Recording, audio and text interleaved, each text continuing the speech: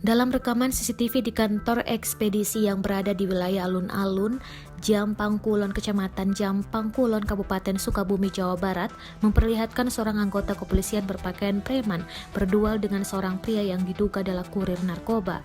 Berawal saat seorang pria berambut gondrong memakai kaos dan celana pendek berada di kantor jasa ekspedisi untuk mengambil sebuah paket kiriman.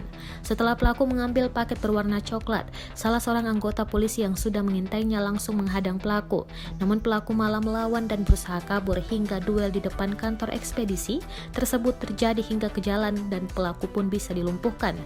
Peristiwa ini terjadi sekitar pukul 11 siang. Saat itu warga tak menyangka bahwa orang yang memiliki rambut gondrong ikal tersebut adalah kurir narkoba dan sudah diikuti polisi lalu ditangkap di tempat. Kejadian tersebut berlangsung kurang dari 1 jam hingga pelaku diamankan dan dibawa oleh pihak kepolisian. Kapolres Sukabumi, HKBP Lukman Syarif membenarkan peristiwa penangkapan berlangsung dengan duel tersebut. Yang berduel adalah salah satu anggota Polsek Jampang Kulon. Ia sudah mengikuti pria yang diduga kurir narkoba hingga ditangkap di depan kantor ekspedisi.